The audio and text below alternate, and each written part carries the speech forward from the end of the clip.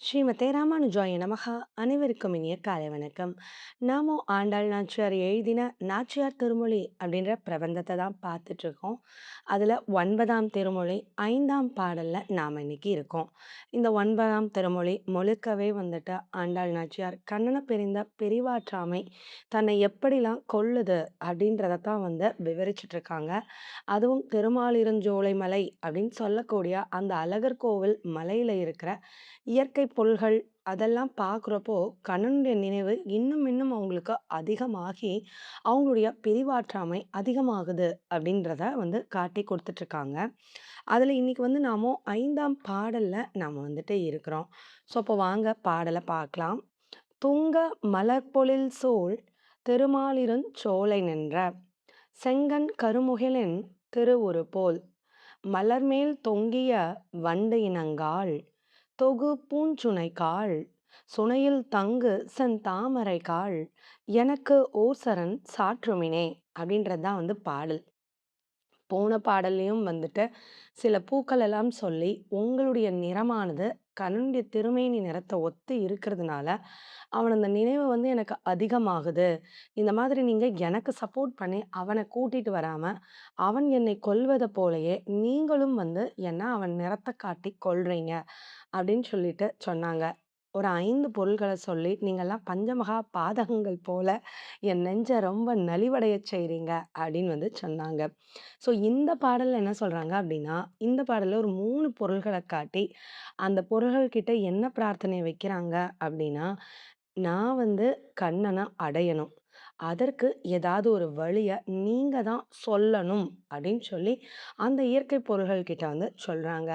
யார் யார்கிட்டலாம் பேசினாங்க அப்படின்றத பார்க்கலாம். "துங்க மலர் பொழில் சூழ் திருமாலிருஞ்சோலை நின்ற" அதாவது அந்த அழகர் மலை கோவிலில் நின்ற அப்படின்றதுக்கு "துங்க மலர் பொழில் சூழ்" அப்படின்னு சொல்லியிருக்காங்க. துங்க அப்படின்னா என்னன்னா, உயர்ந்த அப்படின்னு அர்த்தமாம். இல்ல ரொம்ப தூய்மையான அப்படின்னு வந்து அர்த்தமாம். தூய்மையான, உயர்ந்த மரங்களும், வாடாத நறுமணம் மிக்க மலர்களும் நிறைந்த சோ சோலையால் சூழப்பட்டது. அதாவது ஆ நெறைய மரம், செடி, கொடிகள்லாம் வாசனை மிகுந்த கொடிகள் எல்லாம் வந்து நிறைந்தது எது அப்படின்னு பார்த்தா, அந்த திருமாலிருஞ்சோலை அப்படின்ற அந்த இடம்.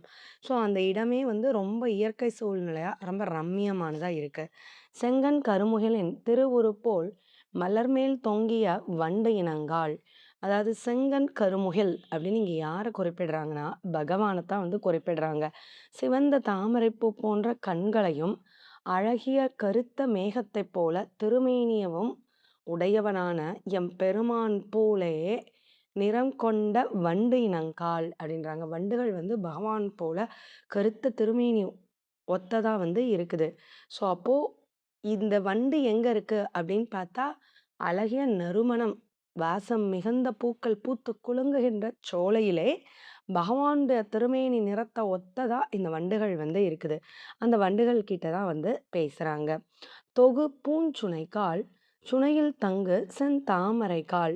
அதாவது பூஞ்சுனைக்காள் அப்படின்னா, சுனை அப்படின்னா வந்து நீர்ச்சுனை அப்படின்னு அர்த்தம். அதாவது அ ஒரு குளம் போல தண்ணீர் தேங்கி இருக்கக்கூடிய இடத்துக்கு சுனை அப்படின்னு வந்து பேரு. பூஞ்சுனைக்காள் அப்படின்னா, நெறைய பூக்கள் எல்லாம் பூத்து குலுங்குகின்ற அழகான சுனைகளும், அந்த சுனையிலே தங்கும் செந்தாமரை. ஏன்னா, அந்த குட்டி குட்டி குளம் மாரி இருக்கிற இடத்துல தான் வந்து தாமரைப்பூ மலர்ந்து இருக்கும் இல்லையா?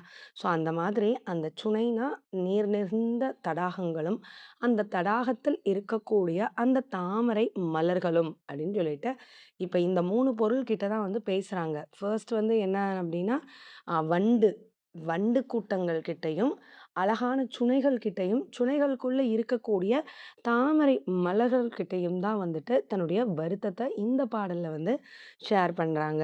"எனக்கு ஒரு சரண் சாற்று மீனே" எனக்கான ஒரு வழிய வந்து நீங்க காட்டிக் குடுக்கணும் அப்படின்னு வந்து சொல்றாங்க. ஏன்னா, எங்க பார்த்தாலும் பகவானுடைய நினைவானது வந்து எனக்கு வாட்டுது. அந்த வாட்டத்திலிருந்து நான் விடை பெற வேண்டும் அப்படின்னா, அதற்குரிய உபாயம் என்ன? அதற்குரிய வழி என்ன? அப்படின்றத நீங்க தான் காட்டிக் கொடுக்கணும். ஏன் அப்படின்னா, உங்கள பார்த்தா இன்னும் இன்னும் பகவானுடைய ஞாபகம் வந்து அதிகப்படுத்துறதா வந்து இருக்குது. பெரிவாற்றாமையும் அதிகமாகுது.